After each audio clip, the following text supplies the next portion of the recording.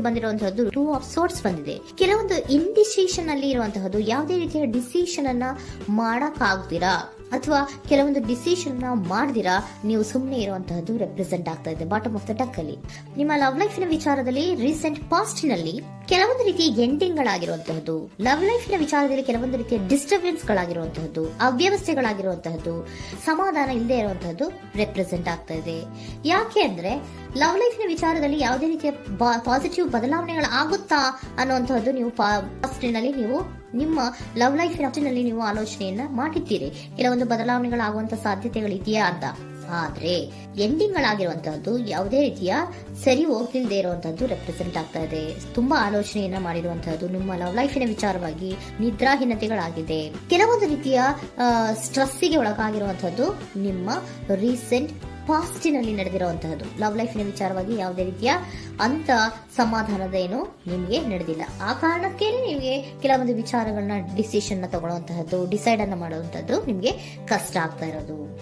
ನೀವು present situation ಅಲ್ಲಿ ಬರುವಂತಹ ಆಫರ್ಗಳನ್ನ ನೀವು ಏನ್ ಮಾಡ್ತಾ ಇದ್ದೀರಾ ಅಂದ್ರೆ ರಿಜೆಕ್ಟ್ ಮಾಡ್ತಾ ಇದ್ದೀರಾ ಅಥವಾ ಮಿಸ್ ಮಾಡ್ಕೋತಾ ಇದ್ದೀರಾ. ಕೆಲವೊಂದು ಆಪರ್ಚುನಿಟೀಸ್ ಗಳು ಬಂದ್ರೂ ಕೂಡ ಅದರ ಬಗ್ಗೆ ನೀವು ಕರೆಕ್ಟ್ ಆಗಿ ಗಮನವನ್ನ ಕೊಡ್ತಾ ಇಲ್ಲ.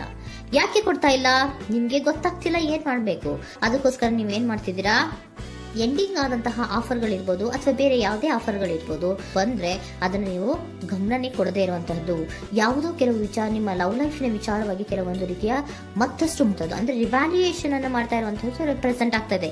ಪ್ರೆಸೆಂಟ್ ಅಲ್ಲಿ ನಾನು ಯಾವುದೇ ಆಫರ್ ಅನ್ನ ತಗೊಳ್ಳುವಂತ ಸ್ಥಿತಿಯಲ್ಲಿ ಇಲ್ಲ ಅನ್ನುವಂತ ರೀತಿಯಲ್ಲಿ ನೀವು ಆಫರ್ಗಳನ್ನ ಮಿಸ್ ಮಾಡ್ಕೊಳ್ಳುವಂತಹದ್ದು ಅಥವಾ ರಿಜೆಕ್ಟ್ ಮಾಡುವಂತಹದ್ದು ರೆಪ್ರೆಸೆಂಟ್ ಆಗ್ತಾ ಇದೆ.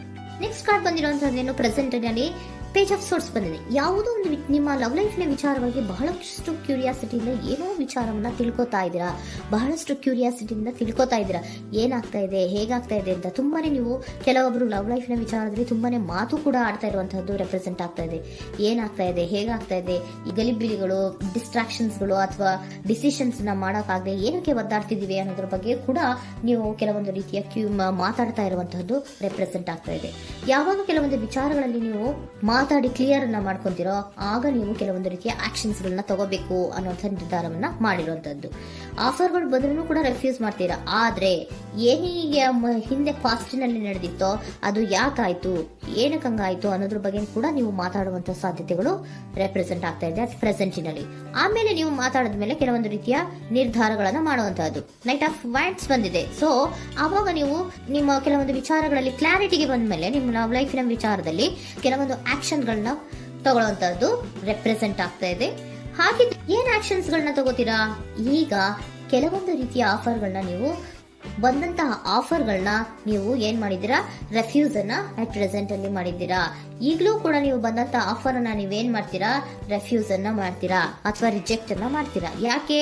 ಸೆಕೆಂಡ್ ಕಾರ್ಡ್ ನಿಮ್ಗೆ ಇಮಿಡಿಯೇಟ್ ಫ್ಯೂಚರ್ ನಲ್ಲಿ ಸೆಕೆಂಡ್ ಕಾರ್ಡ್ ಬಂದಿರೋದು ಯಾವುದು, ಹಾರ್ಮೆಟ್ ಕಾರ್ಡ್ ಬಂದಿದೆ. ಸೊ ಲೋನ್ಲಿನೆಸ್ ಅನ್ನ ರೆಪ್ರೆಸೆಂಟ್ ಮಾಡುತ್ತೆ. ಯಾಕೆ ಲೋನ್ಲಿನೆಸ್ ಅನ್ನ ರೆಪ್ರೆಸೆಂಟ್ ಮಾಡುತ್ತೆ? ಬೇಡಪ್ಪ, ಈ ಜಗ್ಲಿಂಗ್ ಗಳೇ ಬೇಡ. ತುಂಬಾ ಜಗ್ಲಿಂಗ್ ಇದೆ ನಿಮ್ಮ ಲವ್ ಲೈಫಿನ ವಿಚಾರದಲ್ಲಿ. ಕೆಲವೊಬ್ಬರಿಗೆ ತುಂಬಾ ಜಗ್ಲಿಂಗ್ ಇದೆ. ಯಾವಾಗ್ಲೂ ಬ್ಯಾಲೆನ್ಸ್ ಅನ್ನ ಮಾಡ್ತಾ ಇರ್ಬೇಕು. ಈ ಕಡೆಗೆ ಹೇಳಿದ್ರೆ ಆ ಕಡೆಗೆ ಹೋಗುತ್ತೆ, ಆ ಕಡೆಗೆ ಹೇಳಿದ್ರೆ ಈ ಕಡೆಗೆ ಬರುತ್ತೆ. ಯಾವ ಕಡೆ ಅಂತ ಮಾಡೋದು ಅನ್ನುವಂತಹ ಆಲೋಚನೆಯನ್ನ ಮಾಡ್ತಾ ಇರುವಂತದ್ದು.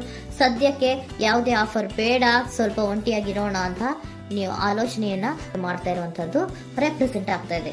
ಮತ್ತೆ ಕೆಲವೊಬ್ಬರಿಗೆ ಕೆಲವೊಂದು ರೀತಿಯ ಕ್ಯೂರಿಯಾಸಿಟಿಯಿಂದ ಏನಾಗ್ತಾ ಇದೆ ಅಂತ ವಿಷಯಗಳನ್ನ ತಿಳ್ಕೊಂಡ್ಮೇಲೆ ಕೆಲವೊಂದು ಆಕ್ಷನ್ಸ್ ಗಳನ್ನ ತಗೊಳ್ಳುವಂತದ್ದು ಕೂಡ ರೆಪ್ರೆಸೆಂಟ್ ಆಗ್ತಾ ಇದೆ. ಯಾವುದೇ ರೀತಿಯ ಭಯ ಇಲ್ಲದೆ ವಿಷಯಗಳನ್ನ ತಿಳ್ಕೊಂಡು ನೀವು ಆಫರ್ಗಳನ್ನ ಅಟ್ ಪ್ರೆಸೆಂಟ್ ಅಲ್ಲಿ ರೆಫ್ಯೂಸ್ ಮಾಡೋ ಸಾಧ್ಯತೆಗಳು ಕೂಡ ಕೆಲವೊಬ್ಬರಿಗೆ ರೆಪ್ರೆಸೆಂಟ್ ಆಗ್ತದೆ. ಯಾಕೆ ಆಫರ್ಗಳನ್ನ ರೆಫ್ಯೂಸ್ ಮಾಡ್ತೀರಾ? ನಿಮ್ಮ ಲವ್ ಲೈಫಿನ ವಿಚಾರದಲ್ಲಿ ಬರೀ ಜಗ್ಲಿಂಗ್, ತುಂಬಾ ಬ್ಯಾಲೆನ್ಸ್ ಅನ್ನ ಮಾಡ್ಬೇಕು. ಯಾವ ಕಡೆ ಮಾಡ್ಬೇಕು, ಹೇಗ್ ಮಾಡ್ಬೇಕು ಗೊತ್ತಾಗದೇ ಇಲ್ಲ. ನೀವೇನ್ ಮಾಡ್ತೀರಾ, ಸ್ವಲ್ಪ ದಿನದ ಮಟ್ಟಿಗೆ ನಾನು ಲೋನ್ಲಿ ಆಗಿರ್ಬೇಕು ಅನ್ನೋದನ್ನ ಇಲ್ಲಿ ನಿಮ್ಗೆ ಲವ್ ಲೈಫಿನ ವಿಚಾರವಾಗಿ ರೆಪ್ರೆಸೆಂಟ್ ಆಗ್ತಾ ಇದೆ. ಈ ಎಲ್ಲಾ ಕನ್ಫ್ಯೂಷನ್ಸ್ ಇರೋದ್ರಿಂದಲೇ ನಿಮ್ಗೆ ಬಾಟಮ್ ಆಫ್ ದ ಡಕ್ ಬಂದಿರೋಂಥದ್ದು, ಟೂ ಆಫ್ ಸೋರ್ಟ್ಸ್ ಬಂದಿರೋಂಥದ್ದು. ಸೊ ಇಂಡಿಸಿಷನ್ ಆಗ್ತಿರೋಂಥ ಏನ್ ಮಾಡ್ಬೇಕು ಗೊತ್ತಾಗಲ್ಲ. ಅದಕ್ಕೇನೆ ನೀವು ಇಲ್ಲಿ ಕುತ್ಕೊಂಡ್ಬಿಟ್ಟಿದ್ದೀರಾ, ನನ್ನ ಲವ್ ಲೈಫ್ ನ ವಿಚಾರವಾಗಿ ಯಾವ ನಿರ್ಧಾರವನ್ನ ಮಾಡ್ಬೇಕು ಅನ್ನುವಂತಹ ಆಲೋಚನೆಯನ್ನ ಮಾಡ್ತಾ ಇರುವಂತದ್ದು, ಹಾಗೇನೆ ಮಾಡುವಂತದ್ದು ನಿಮ್ಗೆ ರೆಪ್ರೆಸೆಂಟ್ ಆಗ್ತಾ ಇರೋದು. ಕೆಲವೊಬ್ರು ರೆಫ್ಯೂಸ್ ಅನ್ನ ಮಾಡಿ ಮುಂದೆ ಹೋಗುವಂತ ಸಾಧ್ಯತೆಗಳು ಇರುವಂತಹದ್ದು. ಮತ್ತೆ ಕೆಲವೊಬ್ರು ಆಫರ್ಗಳನ್ನು ಬರುವಂತದನ್ನ ಬ್ಯಾಲೆನ್ಸ್ ಅನ್ನ ಮಾಡಬೇಕು, ಜಗ್ಲಿಂಗ್ ಅನ್ನ ಮಾಡಬೇಕು, ಸದ್ಯದ ಮಟ್ಟಿಗೆ ಒಂಟಿಯಾಗಿ ಇರೋಣ ಅಂತ ಆಲೋಚನೆಯನ್ನ ಮಾಡ್ತಾ ಇರುವಂತದ್ದು ರೆಪ್ರೆಸೆಂಟ್ ಆಗ್ತಾ ಇದೆ. ನಿಮಗೆ ಏಂಜಲ್ ಗೈಡೆನ್ಸ್ ಏನ್ ಕೊಡ್ತಾ ಇದ್ದಾರೆ, ಡೋಂಟ್ ಸ್ಟಾಪ್. ಇಲ್ಲಿ ಡೋಂಟ್ ಸ್ಟಾಪ್ ನ ಅರ್ಥ ಏನಪ್ಪಾ ಅಂದ್ರೆ, ಯಾವ ಕೆಲವು ವಿಚಾರಗಳ ಬಗ್ಗೆ ಕ್ಲಾರಿಟಿ ಬೇಕು ನಿಮ್ಗೆ, ಯಾವ ವಿಚಾರಗಳಲ್ಲಿ ನೀವು ಕನ್ಫ್ಯೂಷನ್ಸ್ ಅಲ್ಲಿ ಒದ್ದಾಡ್ತಾ ಇದ್ದೀರಾ, ಏನ್ ಕ್ಲಾರಿಟಿ ಬೇಕೋ ಅದನ್ನ ಧೈರ್ಯವಾಗಿ ಮುಂದೆ ಬಂದು ಅದನ್ನ ಕ್ಲಾರಿಟಿಯನ್ನ ತಗೊಂಡು ಮುಂದೆ ಹೋಗು, ಅಲ್ಲೇ ನಿಂತ್ಕೋಬೇಡ ಅನ್ನುವಂಥದ್ದನ್ನ ನಿಮ್ಗೆ ಹೇಳ್ತಾ ಇದ್ದಾರೆ. ಯಾವ ವಿಚಾರವನ್ನ ನೀವು ಲವ್ ಲೈಫ್ ನ ವಿಚಾರದಲ್ಲಿ ಏನ್ ಈ ಜಗ್ಲಿಂಗ್ಗಳು ಅಥವಾ ಈ ಬ್ಯಾಲೆನ್ಸ್ ಗಳನ್ನ ಮಾಡ್ಕೊಂಡು ಅಥವಾ ಎಳ್ದಾಟಗಳನ್ನ ಮಾಡ್ಕೊಂಡಿದ್ದೀರೋ ಅಲ್ಲಿಗೆ ಕ್ಲಾರಿಟಿಯನ್ನ ತಗೊಳ್ಳಿ, ಧೈರ್ಯವಾಗಿ ಕ್ಲಾರಿಟಿಯನ್ನ ತಗೊಂಡು ನೀವು ಮುಂದೆ ಆಕ್ಷನ್ಸ್ ಅನ್ನ ತಗೊಳ್ಳುವಂತದ್ದು ರೆಪ್ರೆಸೆಂಟ್ ಆಗ್ತಾ ಇದೆ.